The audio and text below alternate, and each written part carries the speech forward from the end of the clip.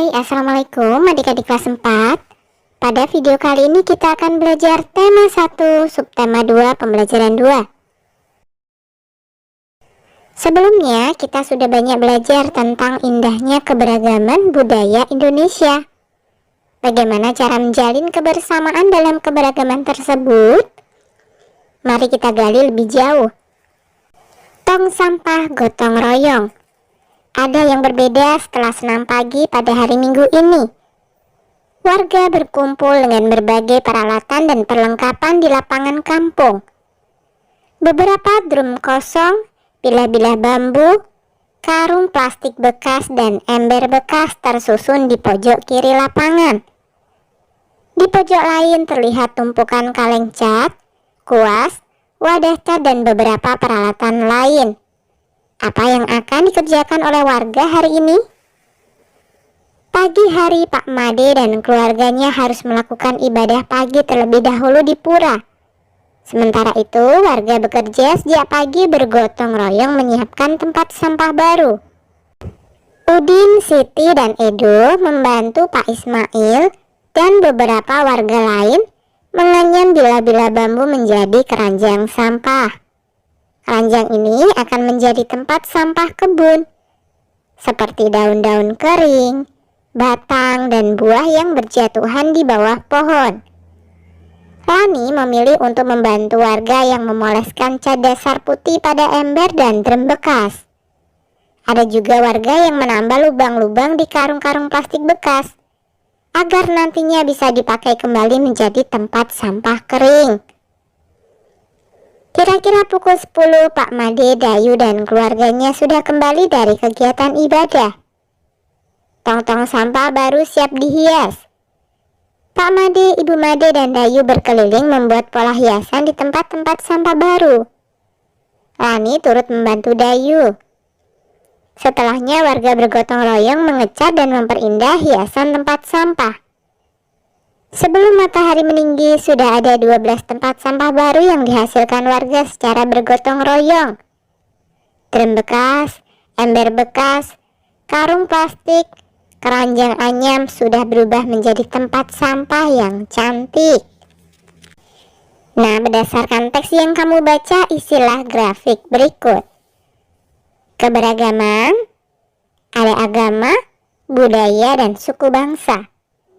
Kerjasama, saling membantu, bahu-membahu, dan saling mendukung. Manfaat kerjasama, pekerjaan cepat selesai, kerukunan warga terjalin dan memperkuat persatuan dan kesatuan. Setelah kamu mengisi grafik di atas, diskusikan pertanyaan berikut dengan temanmu. 1. Apa itu kerjasama? 2. Apa manfaat kerjasama? 3. Bagaimana cara kita supaya bisa bekerja sama dalam keberagaman? 1. Kerjasama merupakan usaha yang dilakukan oleh beberapa orang untuk mencapai tujuan bersama. 2. Manfaat kerjasama. Yang pertama adalah pekerjaan cepat selesai. 2. Kerukunan warga terjalin. 3. Memperkuat persatuan dan kesatuan. Cara kita supaya bisa bekerja sama dalam keberagaman adalah dengan menghargai adanya perbedaan, menghormati dan tidak menghina suatu perbedaan. Kerjasama merupakan usaha yang dilakukan oleh beberapa orang untuk mencapai tujuan bersama. Bagaimana dengan warga di daerahmu? Apakah mereka juga bekerja sama dalam keberagaman? Ceritakan satu bentuk kerjasama yang dilakukan di tempat tinggalmu. 1. Keberagaman di lingkunganmu. 2. Memberikan satu contoh kerjasama dan menjelaskan sikap yang menunjukkan persatuan dan kesatuan saat kerjasama. 3. Manfaat kerjasama. 4. Kesimpulan. Apa pentingnya persatuan dan kesatuan dalam keberagaman? 1. Keberagaman di lingkunganku yaitu keberagaman suku, budaya, makanan khas, dan lain-lain. 2. Di daerahku orang-orang juga bekerja sama demi mencapai tujuan bersama. Contohnya musyawarah, gotong royong, dan lain-lain. 3. Manfaat kerjasama adalah pekerjaan cepat selesai, kerukunan warga terjalin, serta memperkuat persatuan dan kesatuan. 4. Persatuan dan kesatuan merupakan salah satu hal penting untuk mendapatkan keteraturan di dalam kehidupan bermasyarakat. Kerjasama dalam keberagaman merupakan sikap yang harus dikembangkan. Sikap tersebut akan semakin memupuk persatuan dan kesatuan. Jika setiap dari kita bekerja sama dengan baik, maka kebersamaan dalam keberagaman akan terus terjaga. Keragaman budaya Indonesia juga terlihat dalam rumah adat. Rumah adat mencerminkan ciri khas suatu tempat. Mari amati rumah adat berikut. Nah, di sini yang ujung ini adalah sudut lancip ya. Kemudian ada juga sudut tumpul. Diskusikan hasil jawabanmu dengan teman. Temukan sudut lancip, tumpul, dan siku-siku pada kedua rumah adat tadi dengan cara melingkari dan memberi nama tiap sudutnya. Nah, mari kita coba temukan bersama-sama ya. Ini di sini ada sudut tumpul, kemudian ada sudut siku-siku juga. Dan gambar rumah yang kedua ini ada sudut lancip dan juga sudut siku-siku. Ini hanya contoh sudut saja. Kalian bisa mencoba menemukan sudut-sudut yang lain. Ingatkah kamu tentang sudut? Dua sinar garis yang memiliki titik pangkal yang sama akan membentuk suatu sudut. Titik pangkal yang sama itu disebut titik sudut. Sedangkan dua sinar garis disebut kaki sudut. Jenis-jenis sudut. 1. Sudut siku-siku. Suatu sudut disebut sudut siku-siku jika kaki-kaki sudutnya tegak lurus, yaitu ukurannya adalah 90 derajat. 2. Sudut lancip. Suatu sudut disebut sudut lancip jika ukuran sudutnya lebih kecil dari sudut siku-siku, yaitu antara 0 dan 90 derajat. Jadi sudut lancip itu lebih besar dari 0 derajat dan lebih kecil dari 90 derajat. Sudut-sudut berikut adalah sudut lancip. Ada 7 derajat, 18 derajat, 33 derajat, 45 derajat, dan 70 derajat. 3. Sudut tumpul. Suatu sudut disebut sudut tumpul jika ukuran sudutnya lebih besar dari sudut siku-siku, yaitu antara 90 dan 180 derajat. Jadi sudut tumpul lebih dari 90 derajat dan kurang dari 180 derajat. Sudut-sudut berikut adalah sudut tumpul. 93 derajat, 110 derajat, 135 derajat, dan 157 derajat. Bagaimana kita mengetahui besar sudut? Ayo kita mempelajarinya. Menggunakan busur.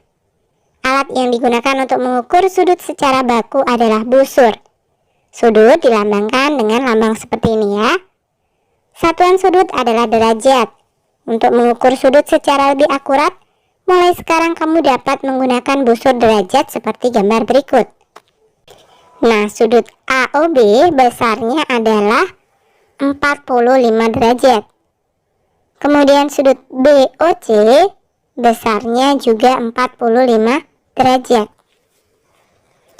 Besar sudut COD adalah 45 derajat. Besar sudut DOE adalah 45 derajat. Nah, berapakah besar setiap sudut berikut? Nah, gambar yang pertama ini menunjukkan angka 45. Jadi besarnya adalah 45 derajat.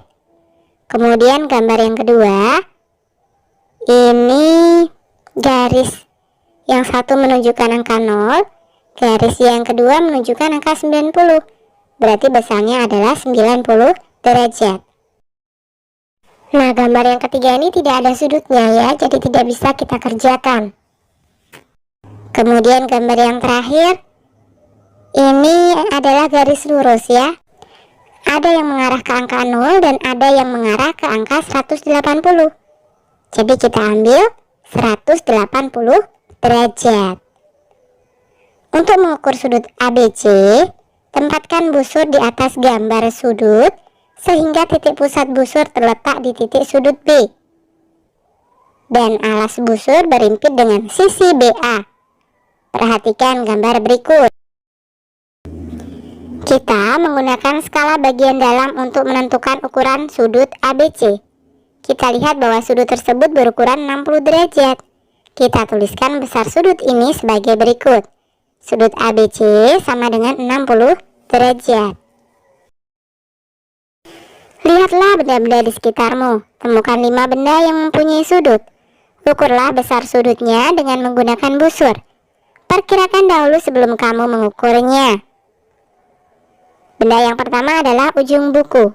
Perkiraan besar sudut 90 derajat. Besar sudut hasil pengukuran 90 derajat. Jenis sudutnya siku. Kemudian ujung penggaris segitiga. Perkiraan besar sudut 60 derajat. Besar sudut hasil pengukuran 60 derajat. Jenis sudut lancip. Kemudian bendera semapur. Perkiraan besar sudut 90 derajat. Besar sudut hasil pengukuran 90 derajat. Jenis sudut siku. Staples. Perkiraan besar sudut 35 derajat. Besar sudut hasil pengukuran 40 derajat. Jenis sudut lancip. Papan tulis. Perkiraan besar sudut 90 derajat. Besar sudut hasil pengukuran 90 derajat. Jenis sudutnya siku. Kemudian yang terakhir ujung gunting. Perkiraan besar sudut 15 derajat. Besar sudut hasil pengukuran 15 derajat. Jenis sudutnya adalah lancip. Diskusikan hasil jawabanmu dengan teman. Mencetak sudut. Temukan 3 benda yang memiliki sudut yang sama. Gambarlah sudutnya. Nama benda yang pertama adalah pintu lemari. Besar sudutnya 90 derajat. Gambar sudutnya seperti ini. Kemudian yang kedua adalah buku. Besar sudutnya 90 derajat. Gambar sudutnya seperti ini. Kemudian yang terakhir adalah keramik lantai. Besar sudutnya 90 derajat. Gambar sudutnya seperti ini. Apakah kamu menemukan benda yang besar sudutnya sama? Iya, saya menemukan benda yang besar sudutnya sama. Apakah gambar sudutnya sama? Iya, gambar sudutnya sama. Apa yang dapat kamu simpulkan? Pintu lemari, buku, dan keramik lantai merupakan benda yang mempunyai besar sudut 90 derajat. Atau sudut siku. Ya, meskipun benda ukurannya berbeda, tapi besar sudutnya bisa sama. Apakah besar sudut gambar berikut sama besar? Jelaskan. Berbeda, sudut A lebih besar dari sudut B. Mana yang sudutnya lebih besar? Jelaskan. Sudut B lebih besar dari sudut A. Apa yang memengaruhi besar sudut? Besar sudut dipengaruhi oleh jarak antara kaki-kaki sudut. Jika jaraknya besar, nilai sudut juga semakin besar. Begitu pula sebaliknya. Jika jaraknya kecil, maka nilai sudutnya juga semakin kecil. Besar sudut dipengaruhi oleh bukaan kaki-kakinya. Besar sudut tidak dipengaruhi oleh panjang sinar garis. Contoh, besarnya sama.